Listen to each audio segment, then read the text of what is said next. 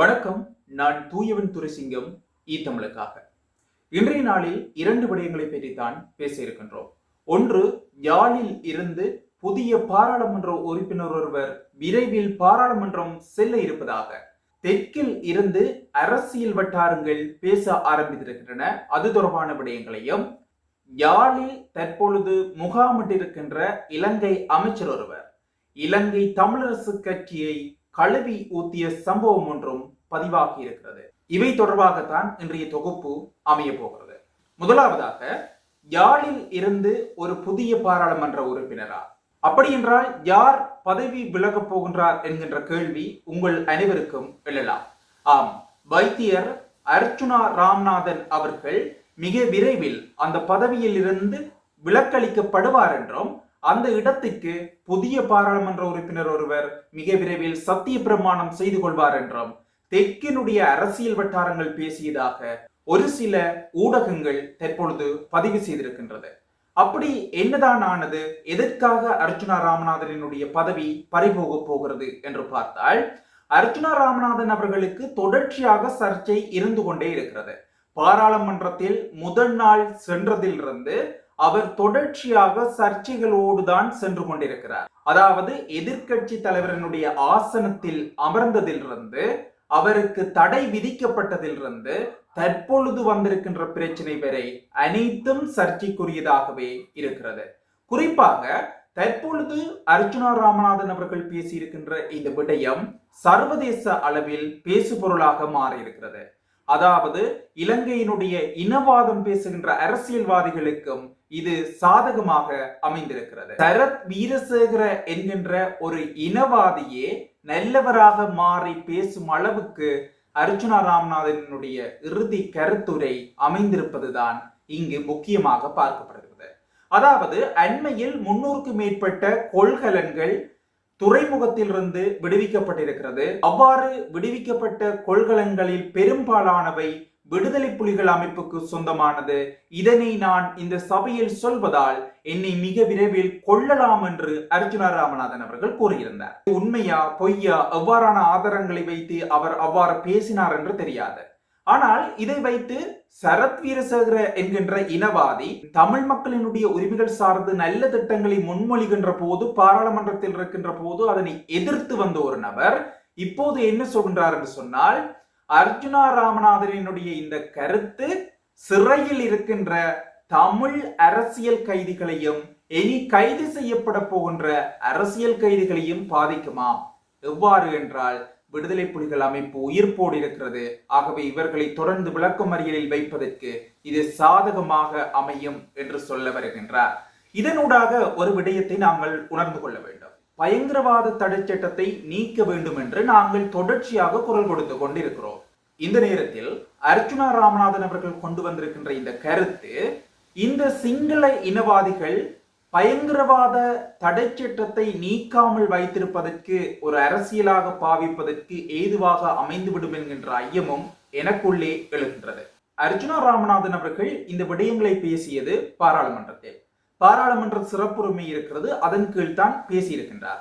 ஆனால் பலர் கண்டனம் வெளியிட்டிருக்கின்றார்கள். சிங்கள அரசியல்வாதிகள் கண்டனம் வெளியிட்டிருக்கின்றார்கள். அதாவது பாராளுமன்றத்தில் தனக்கு கிடைத்த சிறப்புரிமையை வைத்து இவ்வாறான விடயங்களை பேசுவதை ஒருபோதும் அனுமதிக்க முடியாது என்று அவர்கள் குரல் கொடுத்து கொண்டிருப்பதை அவதானிக்கக்கூடியதாக இருந்தது.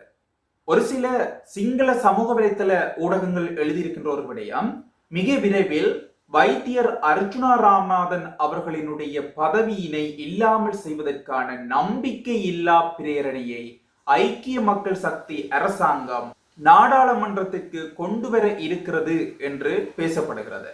ஆனால் இந்த விடயத்தில் சற்று ஆராய வேண்டும். அதாவது நம்பிக்கையில்லா பிரேரணை ஒன்று கொண்டு வந்து ஒருவரை அந்த பதவியில் இருந்து நீக்கலாமா என்பது தொடர்பாக இதுவரையும் நான் தேடி பார்க்கவில்லை. ஆகவே தேடி பார்த்து இன்னும் ஒரு தொகுப்பு வருகின்ற போது அதை இணைத்துக் கொள்கின்றேன். இது இவ்வாறு இருக்கின்ற போது, வைத்தியர் அர்ச்சுனா ராமநாதன் அவர்கள் 4ஆம் மாடிக்கு விசாரணைக்கு அளிக்கப்பட்டிருக்கின்றார். அவர் பாராளுமன்றத்தில் பேசிய விடயங்கள் தொடர்பாக முறைப்பாடுகளை பெற்றுக் கொள்வதற்காகவும் அவரிடமிருந்து விளக்கங்களை பெற்றுக் கொள்வதற்காகவும் அவர் அழைக்கப்பட்டிருப்பதாக அவரினுடைய முகநூலினூடாக அறிய கிடைக்கிறது. இவ்வாறு நம்பிக்கையில்லா பிரேரணையோ அல்லது இவர் மீது குற்றங்கள் சுமத்தப்பட்டோ பாராளுமன்ற உறுப்பினர் பதவியில் இருந்து வைத்தியர் அர்ச்சுனா ராமநாதன் அவர்கள் இல்லாமலாக்கப்படுவாராக இருந்தால் அவரினுடைய இடத்திற்கு யார் வருவார் என்று கேட்டால் அவரினுடைய இடத்திற்கு அவரினுடைய சுயேட்சை குழுவில் போட்டியிட்ட இவரை விட குறைவான வாக்குகளில் 2ஆம் இடத்தில் இருக்கின்ற நபர் வருவார். அப்படி என்றால் அடுத்த பாராளுமன்ற உறுப்பினராக வைத்தியர் அர்ச்சுனா ராமநாதனினுடைய தற்போது பிரத்யேக செயலாளராக இருக்கின்ற கௌசல்யா நரேன் என்கின்ற சட்டத்தரணி பெண் ஒருவர் தான் இந்த பதவிக்கு வர இருக்கின்றார். அவர் இளம் வயது கொண்ட ஒருவர். அவர்தான் இந்த பதவியை நிரப்புவார் என்று எதிர்பார்க்கப்படுகிறது. இவ்வாறுதான் சிங்கள ஊடகங்கள் பேசுவதையும் அவதானிக்கக்கூடியதாக இருந்தது.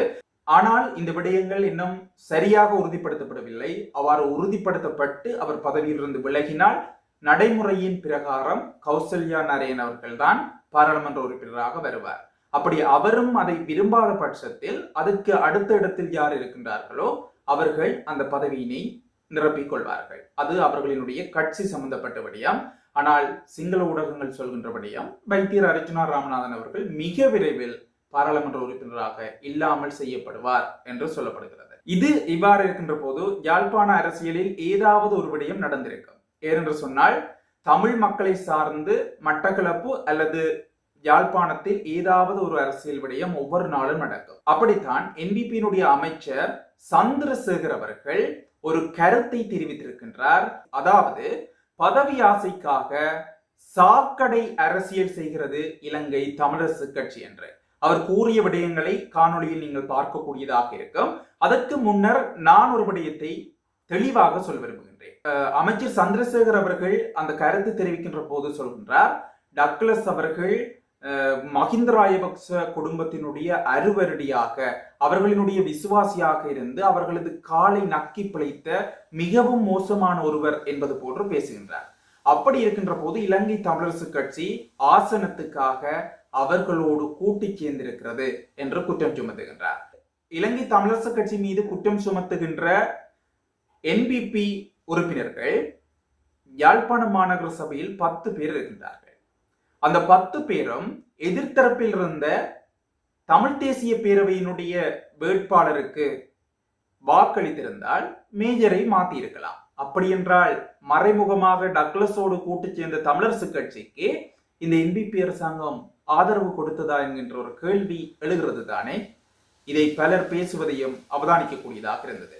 அப்படி என்றால் மஹிந்த ராஜபக்சவினுடைய அருவரடியாக, மஹிந்த ராஜபக்சவினுடைய விசுவாசியாக, மஹிந்த ராஜபக்ச குடும்பத்தினுடைய மஹிந்த ராஜபக்ச குடும்பத்தினுடைய வடக்குக்கான தூதுவராக இருந்த டக்ளஸை மறைமுகமாக என்பிபி ஆதரித்திருக்கிறதா என்கின்ற கேள்வியும் எழுகிறது. இப்போது அவர் பேசியிருக்கின்ற அந்த விடயங்களை நீங்கள் பார்க்க முடியும். கடந்த காலங்கள் முழுவதுமே